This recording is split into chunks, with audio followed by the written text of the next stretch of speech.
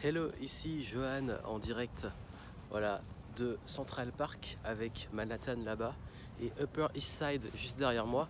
Upper East Side qui est l'un des quartiers les plus huppés justement de New York, quartier très haut de gamme d'ailleurs pour ceux qui aiment et qui veulent faire du haut de gamme. Et ça m'inspire un sujet qui est le syndrome de l'imposteur. Comment vaincre le syndrome de l'imposteur? Comment arrêter de se sous-évaluer, qu'on a du mal à vendre, qu'on a du mal à assumer la valeur qu'on a. Et je crois que c'est un gros problème qu'ont beaucoup d'entrepreneurs et d'indépendants, c'est quand on a envie de vendre ses services, ses produits, de toujours penser qu'ils ne sont pas à la hauteur, qu'on va les vendre trop cher, qu'on devrait peut-être même carrément pas les vendre, ou qu'on n'est pas légitime pour les vendre. Et je crois que c'est un gros problème pour beaucoup d'entre vous, et je voulais vous répondre par rapport à ça parce que le syndrome de l'imposteur, c'est quelque chose qu'on a tous à différents stades, et je crois que la pire chose à faire quand on l'a, c'est de se mettre à accumuler plein d'informations. Il y a beaucoup qui font ça, c'est ils se disent, comme ils ont le syndrome de l'imposteur, il leur manque quelque chose, il leur manque de l'information.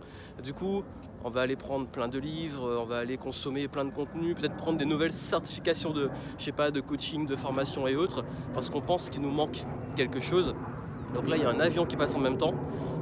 Et du coup, en fait, le gros problème avec ça, c'est qu'on se retrouve en fait à accumuler plein de savoirs, mais à rester au même stade parce que le problème de syndrome de l'imposteur, c'est un problème en fait d'estime.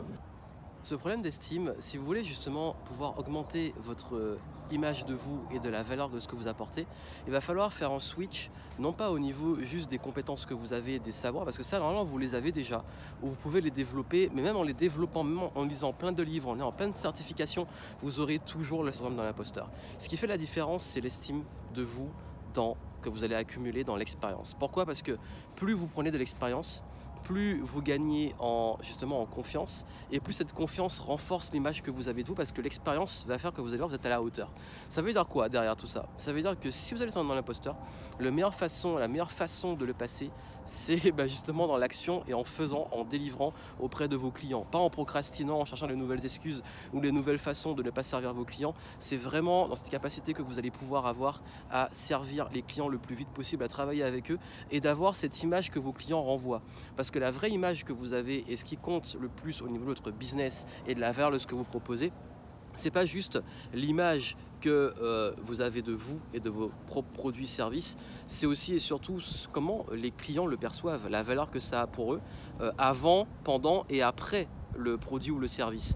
Et c'est ça qui compte le plus, ce sont vos clients en fait. Et souvent on a tendance à sous-estimer sa valeur alors que les clients parfois, enfin nous on se voit en bas alors que le client nous voit beaucoup plus haut.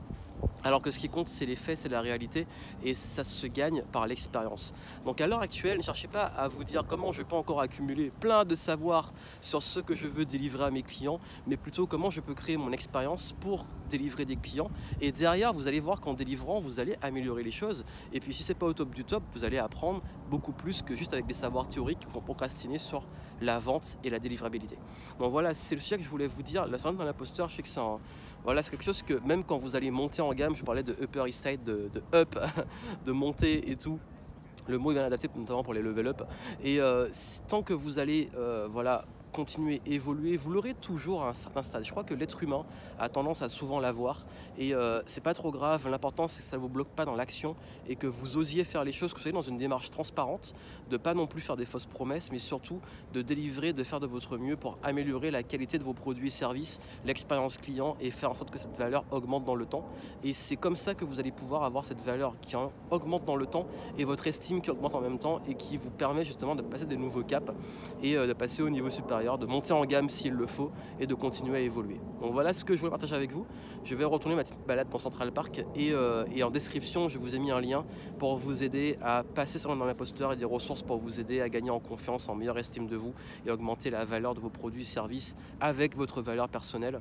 Et si vous souhaitez qu'on travaille ensemble, je vous ai mis ici mes prochains événements pour qu'on puisse travailler ça en direct, travailler vos offres, vos prix, votre perception de vos tarifs, et continuer à progresser. À très vite.